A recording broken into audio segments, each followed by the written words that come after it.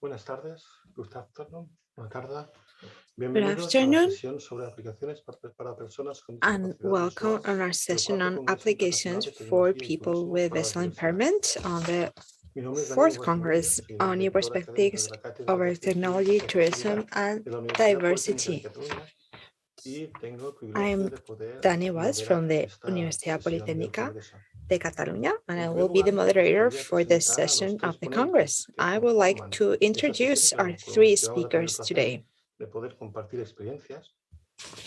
Nuestra primera ponente Our es la first señora speaker Yael Shomrom. is Ms. Yael She is Shomrom. Global Marketing Manager of Psicología, developing a smart solution for making public and commercial spaces and public transportation accessible for people with disabilities. Nuestro segundo ponente es el doctor David Travieso Our García. second speaker Él es is doctor en Professor psicología y David profesor titular Travieso. del Departamento de Psicología He's a Básica professor de la Universidad Autónoma de of Madrid, Psychology at así the como Universidad codirige Autónoma de el grupo de Madrid, investigación and en he also percepción y co-leads movimiento the de la research Universidad group on Autónoma de Madrid. perception and En movement tercer lugar, at the nuestro university. ponente es el señor Antonio Our third Alarcón Castro. speaker Él forma is parte de la Cátedra de Antonio Investigación Alarcón en Castro. Retinosis He works Pigmentaria on y the Neurona ceguera de la Universidad Miguel Hernández de pigmentary Elche y retinosis at the trabaja Miguel también Hernández para University la at spin-off de la Elche. Universidad Miguel Hernández de Elche, Instinct Technologies And for he also works Helping for People Instec SL. Technologies for helping people Genial. SL. En primer lugar, muchas gracias a los tres por Thank you participar. to our Thank you all three for your speakers. contribution to the Congress. Y la dinámica que vamos a seguir en esa sesión es que inicialmente los ponentes van a presentar sus The comunicaciones y experiencias speakers en un tiempo will máximo de 10 minutos. present Van a their tener algunos minutos al experiences final in a para maximum establecer time of un 10 pequeño minutes in order to be able to sobre have cuáles a pueden ser short los principales retos y discussion las on aplicaciones what para might be personas the con greatest discapacidad challenges visual. for people with Así visual pues, ya impairment. iniciamos nuestra primera presentación Without any con further ado, we'll begin our con first la señora Yael presentation Shomrom. with Ms. Yael It's a floor for you, Shomrom. please, when you're ready. Hello, nice to be here. I will now share my screen.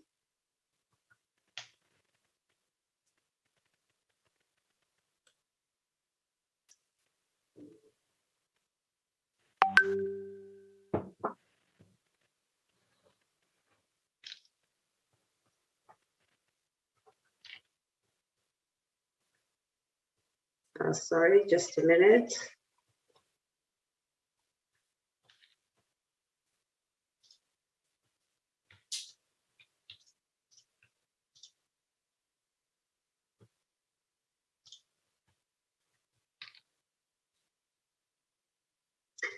Okay, hello, I'm from STEP here. We are a technology for smart wayfinding, mostly for people with visual impairment or blindness.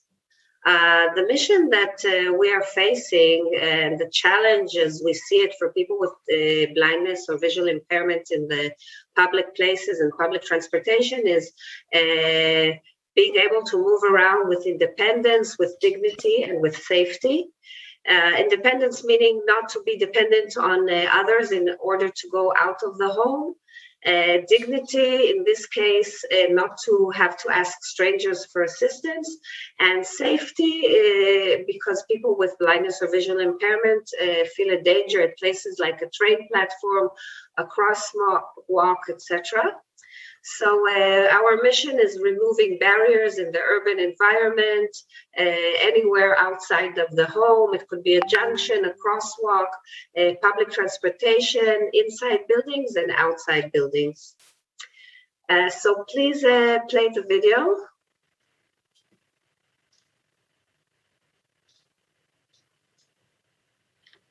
In the world today, there are more than 1.3 billion people with disabilities. Picture a single, simple technological solution which could provide solutions for a wide variety of needs. Accessible environments, establishments, tourism, and accessible public transportation. To your left. Using new technological means and harnessing IoT and big data, we can make things accessible in a major way with only minor effort. Voice guidance in open urban environments such as the Welcome beaches to in Tel Aviv and Herzliya. The beach. is in front. A smart app provides information about nearby public transportation and provides the option to send a request for assistance to the driver. The bus will arrive in 3 minutes. Message sent to driver.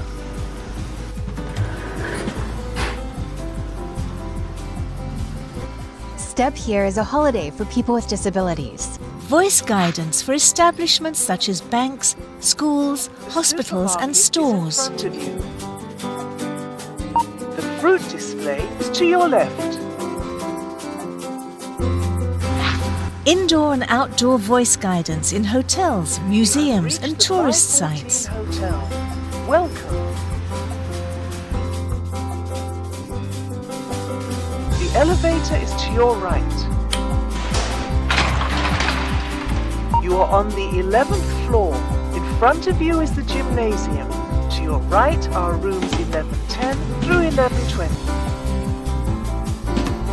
For you, it's a gadget. For me, it's life-changing. Step Here has the best audio guiding technology for visually impaired people. The speaker in the audio sign is essential. It indicates to the user exactly where to stand so that the guidance is the most accurate. Step Here, a smart voice assistant designed for orientation.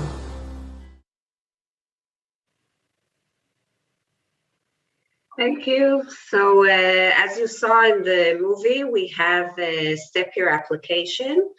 The same application connects to various devices that we implement in public places, in public transportation. We also have, by the way, a solution for people that don't use applications or smartphones. We have a wrist activator, which also connects automatically to the same devices. Our main device for guidance is called an audio sign.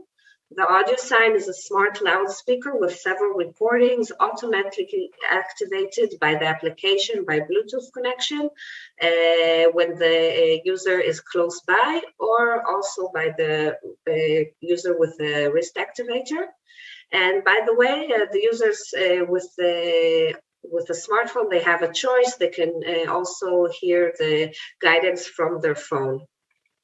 Why is the audio sign essential for people with blindness or visual impairment? Because if we rely only on Bluetooth, the Bluetooth range is about 10 to 20 meters. So we don't know exactly where the user is standing and where he's facing. And the external sound of the audio sign is an audio anchor to find a specific point, like an entrance door to a building, in a wide building facade, or a bus stop on the street. Also, we indicate to the user to stand right next to the audio sign, so we know where they are and where they're facing when we give directions to go to other points of interest.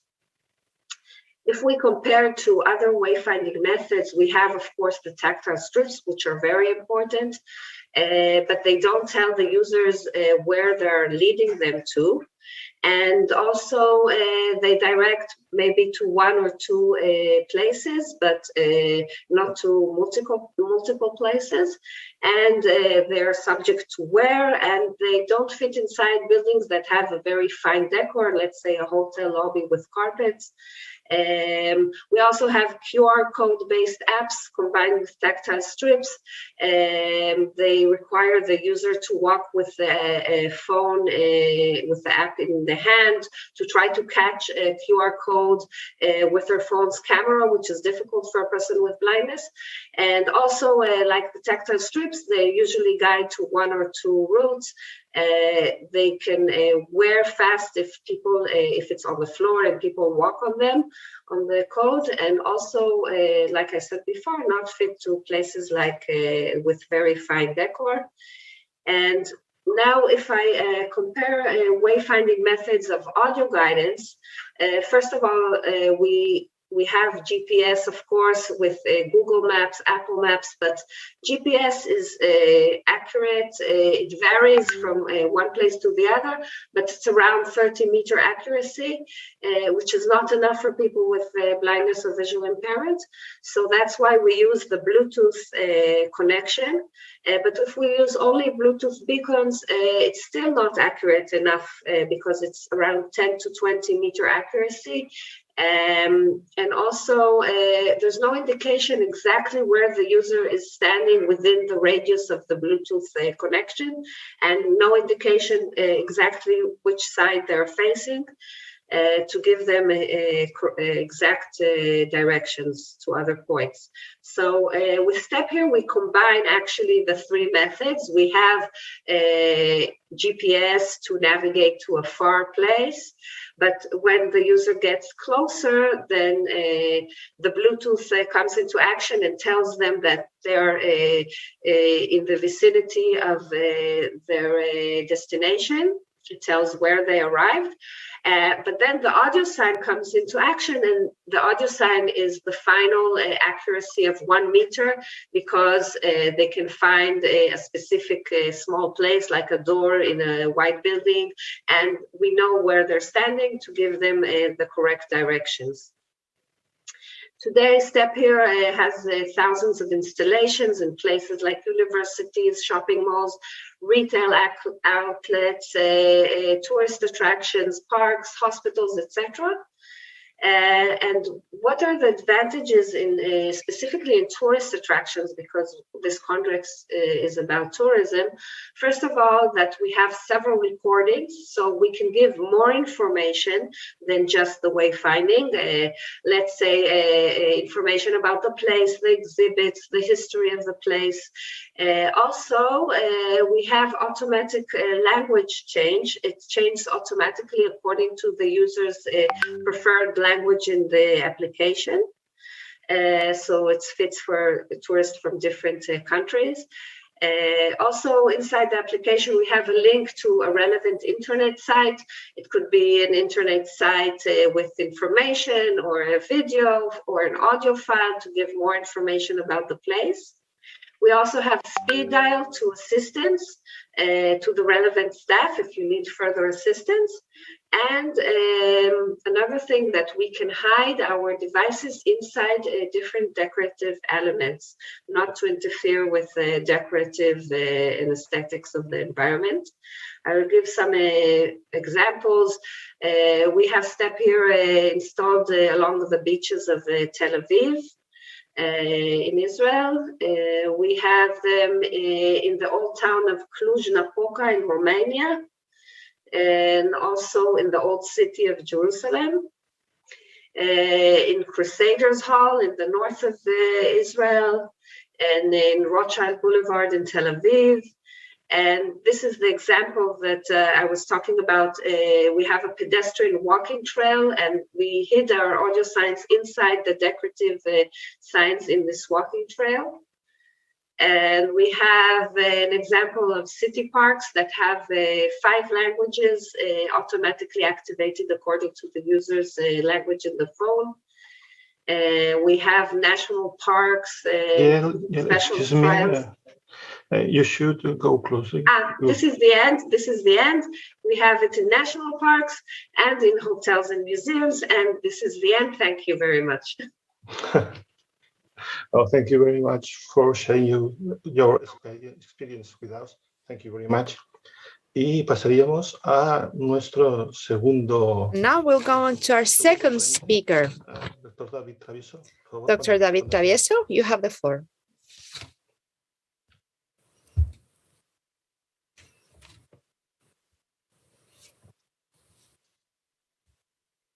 Ok, muchas gracias.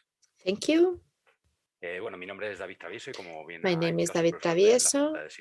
I'm a professor at the Psychology College at the University Autónoma in Madrid. I would like to highlight the projects that we've been doing at my research group regarding perception and movement. Our group works on devices for sensory substitution. These devices collect information that is usually received through the vision into other sensory inputs. This started at the end of the 1960s. The question is whether we can substitute a sensory tract that has been damaged somehow, temporary or permanently. Pertenecientes al entorno, es decir, como la recepción de información sobre el entorno. This can be used la atribución distal. What we call distal attribution.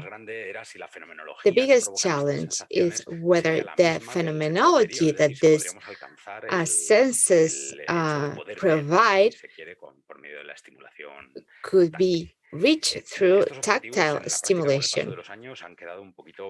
These goals, through the pass of time, have been reduced to create devices that provide technical assistance for people with visual impairment.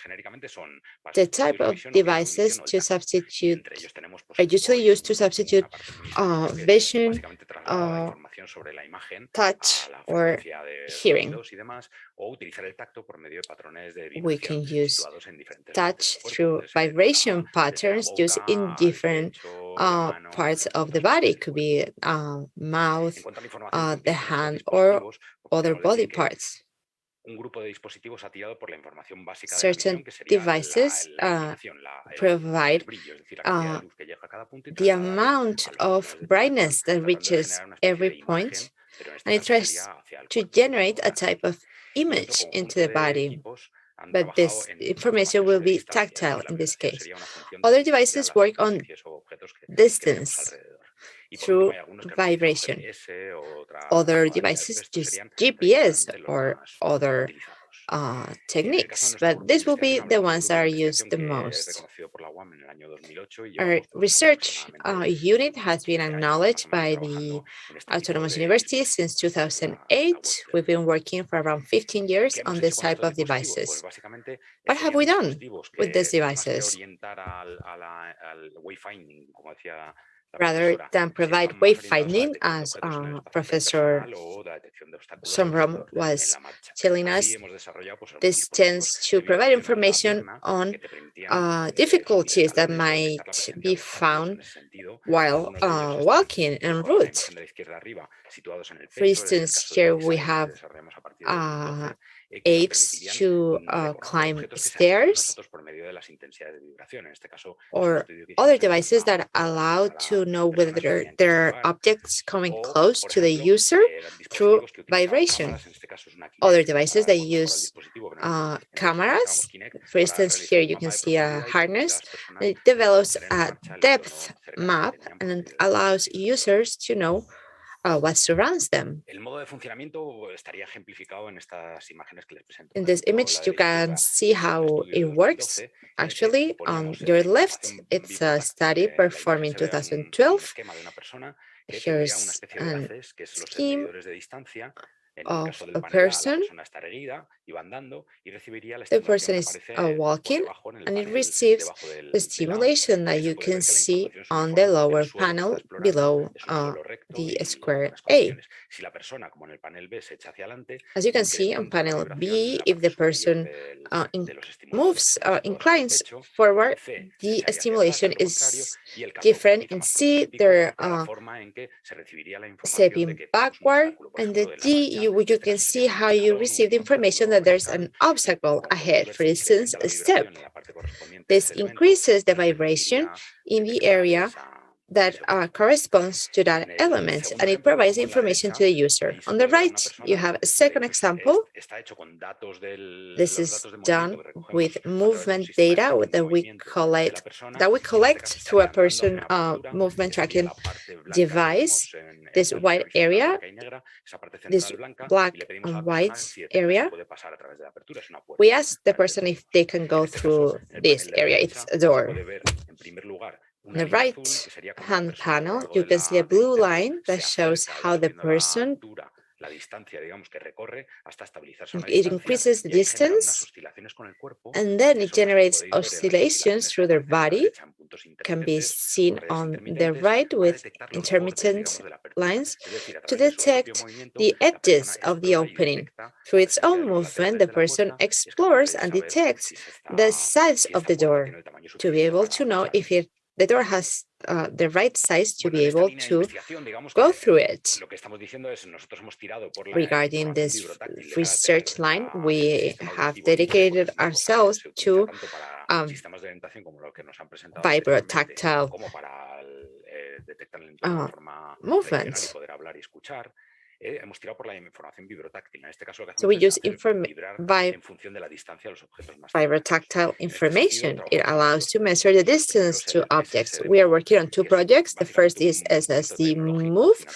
This is a technological project funded by Indra, where we've miniaturized the prototype that you can see on the right. It's fully autonomous. It has a camera to detect depth, and the vibrators are used on the abdomen, and the only thing that the person has to wear outside is this small camera.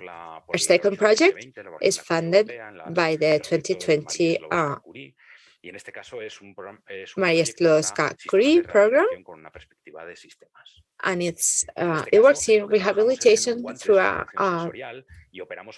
system perspective. We use a glove for sensory substitution.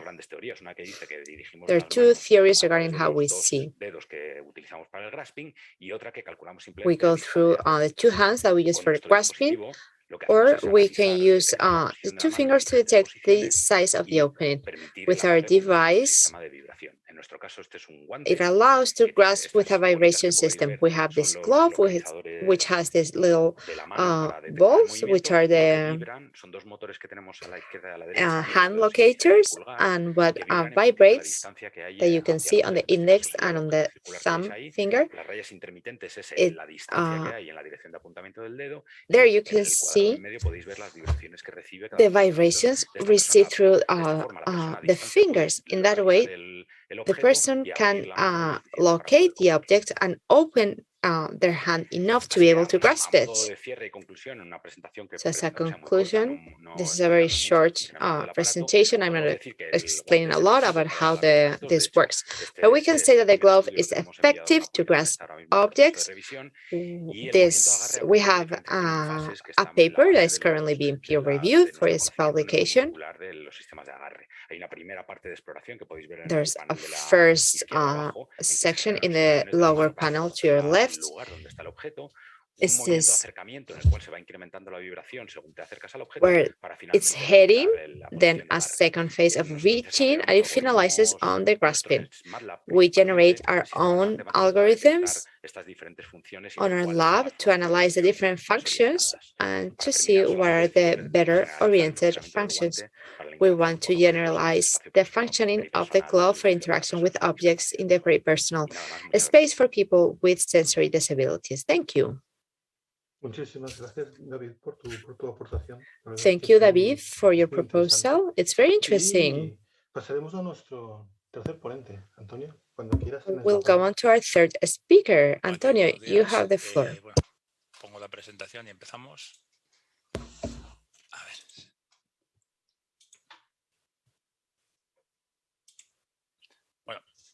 So, my name is Antonio Alarcón on behalf of Instead Technologies for Helping People. Now, this company is a spin-off of the university. It dates back to 2012, and the purpose is to put into practice the different developments at the university. We're manufacturing robots for rehabilitation. We've added products to our portfolio, and today we've developed a product which just a few weeks ago won an innovation prize for 2020-2021. This is the product. This is a sensor to put on a walking cane. a blind person's cane. Now, we have 3 ultrasound sensors, a processor, and it detects obstacles that the user has in front of him or her, and that could be a danger. Now, if these objects are a danger, then the cane will alert the user. It's quite straightforward.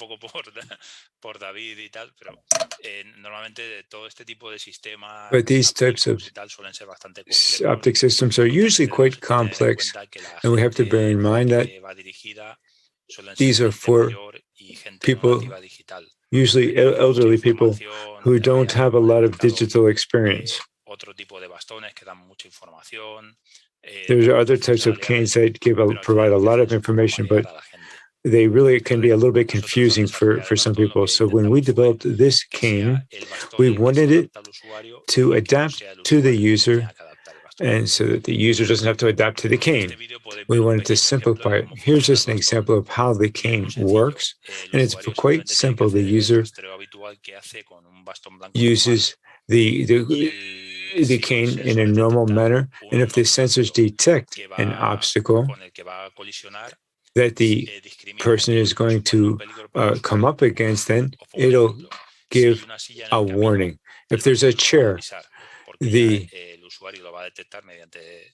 it's not going to do anything because the cane will let the user know that that chair is there. But if it's a tree or something else, it is going to give the information, because that wouldn't be detected by the cane. About 1.5 meters away, it'll give this signal so that if there is an obstacle, the user then can change the route and avoid getting hit. The vibration is through a bracelet that's connected to the cane. And this works with the white cane that's been around for over 100 years now. It works very well. Another of the functionalities of the cane are the segments can be changed in a very simple manner. The handle is bought only once, and we just interchange the white segments. They maybe are changed every 2, 3, 4 months. So we only have to change the segments that are worn out. As I said before, there are a number of similar products on the market that provide a lot of information. Sometimes they're difficult to use. And our cane has what's called the tutor mode, so that the user can learn how to use the white cane. Here in Spain, we have the advantage that we have the ONCE Foundation, but in other countries, they don't have this organization. I have a visual disability, and I became a member of ONCE, and I was taught how to use the white cane, but that outside of Spain, that doesn't exist. In Colombia, Panama, any other country, the United States even, people have to learn on their own how to use the white cane. Our cane also includes this tutor that teaches the user just in a few minutes how to use the cane, how to track it on the ground, and in just 5 minutes they can go out to the street and use the cane properly. Just to be very quick here, so we have some time for Q&A, I wanted to present a new product that we're going to incorporate, which is called MEMT. This is a circular movement carpet. It doesn't move at a constant speed, but rather at the user's speed, so that on this belt, you can present this 360-degree scenario for patients. And this type of platform has been developed for people with visual disabilities so that they can learn how to optimize the little bit of vision that they have. On the screen, we can see, we can present different obstacles and the user with visual disability can then maneuver around them, and so that people with vision can see the problems that a person with low vision has. Here, we've recreated a small city here where the user has to go to different places along the belt, and the environment then changes as they move along this belt. This is virtual reality that we've developed at the university in Elche, and we're very proud of this development. I hope that I was fast enough with that, and just like to thank you for your attention. Thank you very much, Antonio. Yes, you are very quick. Maybe I was nervous, and that's why I was so quick. No, that's just perfect. Now we have time to share maybe some experiences that we have.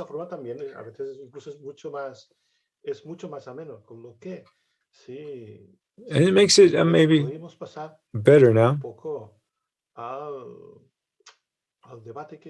We can go into the Q&A session that we mentioned at the beginning. So what do you think are the challenges of these different applications for people with low vision or the blind? So again, what are the main? What is your opinion in this area? The main challenge, I think, that people with visual impairments need the accuracy to be much higher than regular people. Everything has to be very accurate. For instance, if regular people use Google Maps and it tells you you have arrived in your destination and actually you're 10 meters from there, it's not a problem. But for a visually impaired person, it could be like infinity, especially with people with blindness. It's like infinity. They don't know where to find the door, where exactly is it in the right direction, the left direction, they don't know. So we have to be very, very accurate, and this is the main challenge, I think. Mm-hmm. Thank you very much. David, Antonio, ¿qué opináis?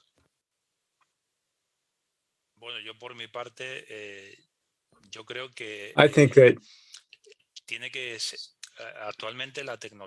the technology today is moving faster and faster, but we always have to bear in mind the user. And that's where I come in as the user of technology because I have low vision. Sometimes technology is very far from us. Equipment is developed, systems are developed that we think could be very good for visually impaired people, but sometimes we don't bear in mind the visually impaired person, him or herself. So I think one of the most important things to remember is that it's the technology that has to adapt to the user and not the user to the technology. So it's very good to have a lot of technology and for that technology to be very powerful, but if the user can't adapt to that, then it's worthless. People are more elderly. People are losing their sight later in life because there's a longer life expectancy. And so people with low vision technology needs to adapt to them, not us to the technology. That's an important challenge. David? Well, in this case, I completely agree with what Antonio just said. I can only talk about the university world. When a company like the one that the professor in Israel was talking about, putting these into public spaces to increase the efficiency of their system and localization, that's very distant from the programs that we're looking at. We, as Antonio said, we have some very good technologies, but the main challenge is, as he said, in making them useful, devices that are able to detect obstacles, as he said. But one of the classic problems is until just recently this required wearing all kinds of equipment, and a person with visual disabilities or a blind person doesn't want to look like a robot walking around this city with this backpack on and a huge sign saying, "I'm a strange person." So for these devices to make them useful for visually impaired is that they have to be discrete and make them useful so they can be used. So that's part of the engineering part, and making them smaller, make the systems more robust, and make them safe so these can be used easily. And the second challenge is even more basic. It has to be simple to use along the lines that Antonio said. So instead of thinking that the device should do these complex calculations and so forth, devices have to be simple. We were saying before, analyzing an image to get the full form of the object and translate that into vibration, but maybe just explain. This is like cars. If you get close, it gets the vibration is more intense, and if you go further away, the vibration is less. That's the challenge. And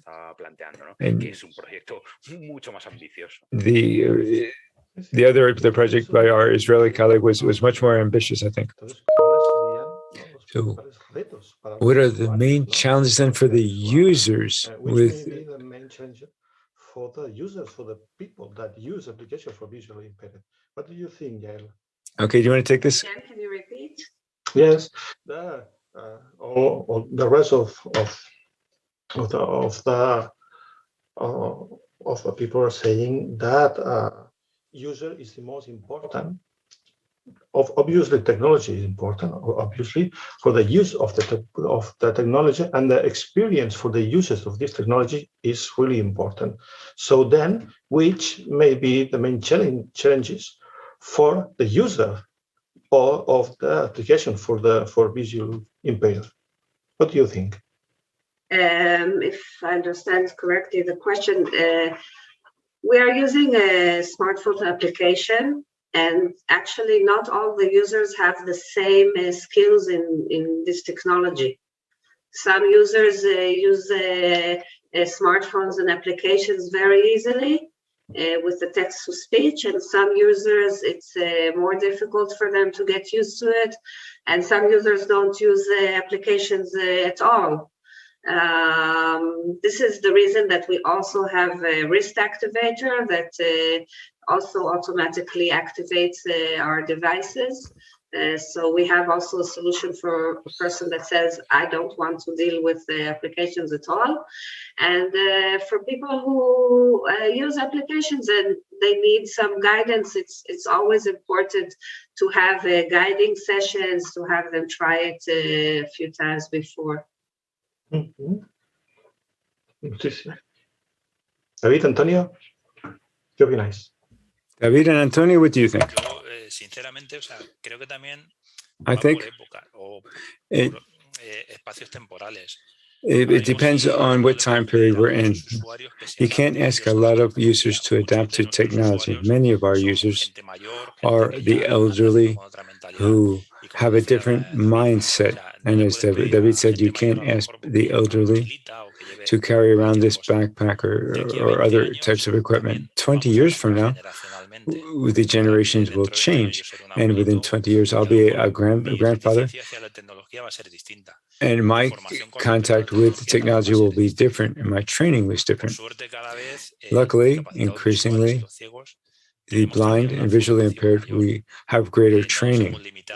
We're not so limited in our careers.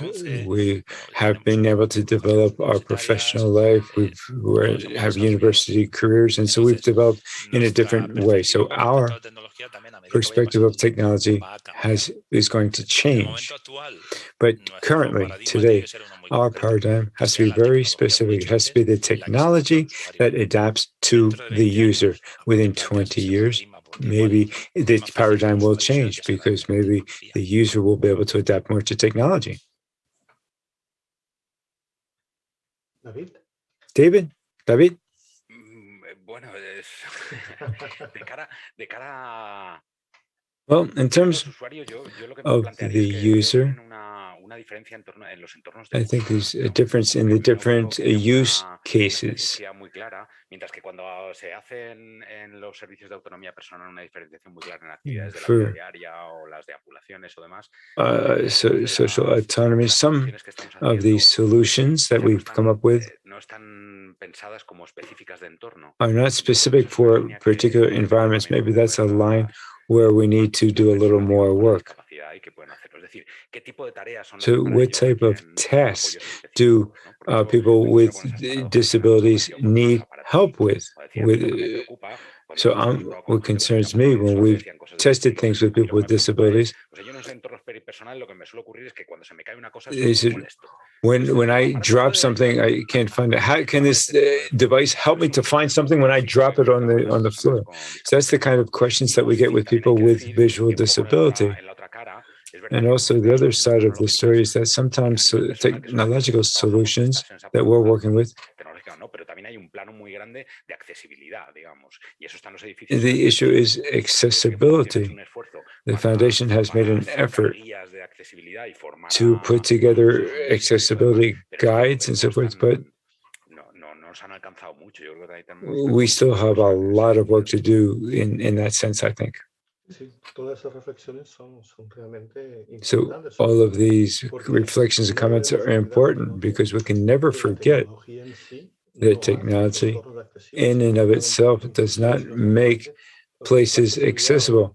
It's the accessibility or inclusion is done by people, by communities in using these technologies or in the services that exist. So technology can favor things, can support, can help people to use and to move more freely. But at the end of the day, it's this support.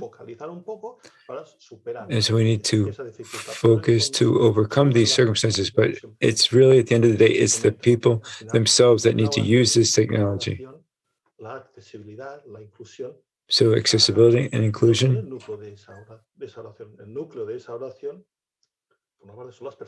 is people-centered. It's the people that need to use these things.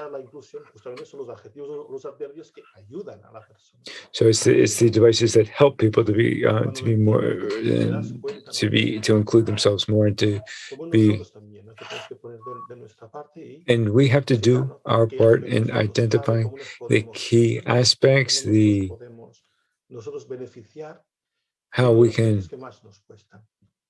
where we can make the most progress, where we can have the greatest impact. As this is how we dream up and design technology.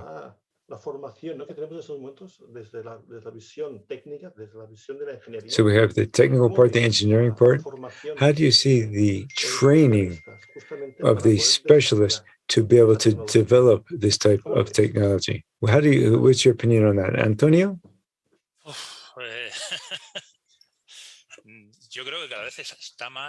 I think that sometimes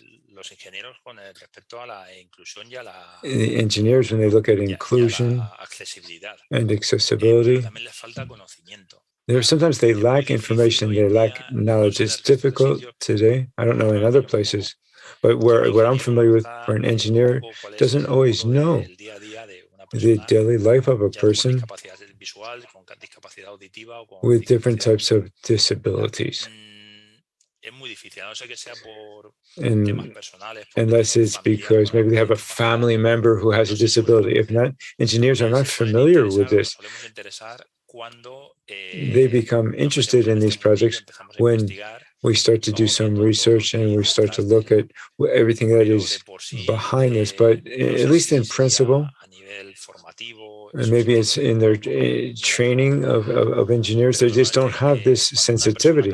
When a person finishes their engineering studies, they're usually not very familiar with the needs, the daily life needs of a person with disabilities. They need to gain this knowledge later on by contacting associations and so forth, or being involved in projects. How do you see the training of the engineers in technology for people with disabilities? training of engineers, it does they have to have experience in technology for people with disabilities. It's important. We actually try to get advice from the Lighthouse that give guidance for people with blindness.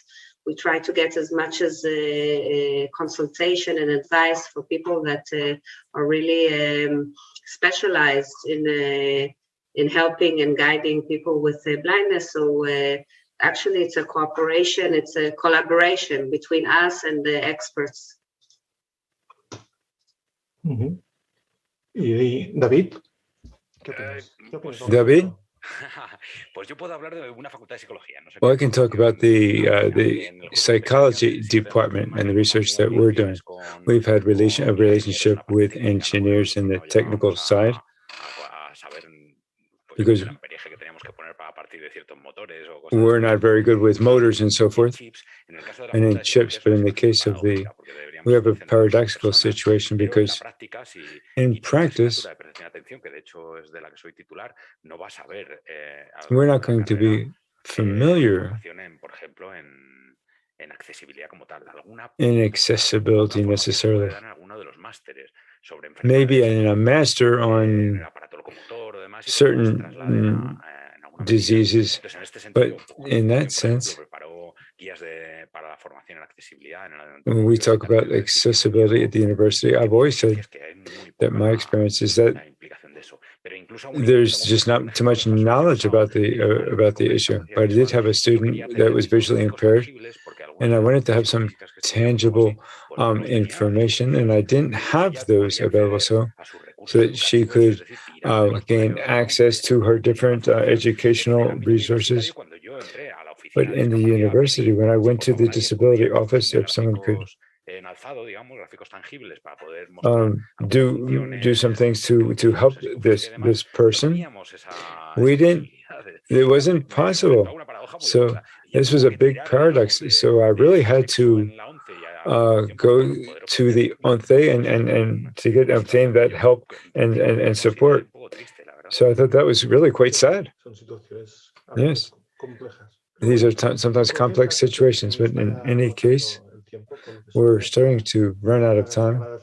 So I just wanted to thank all of you for your participation. It's been a privilege to share this session with you. For these minutes here. Thank you very much to all. And we will finish this session. Thank you very much. So that's the end of the session. Thanks very much.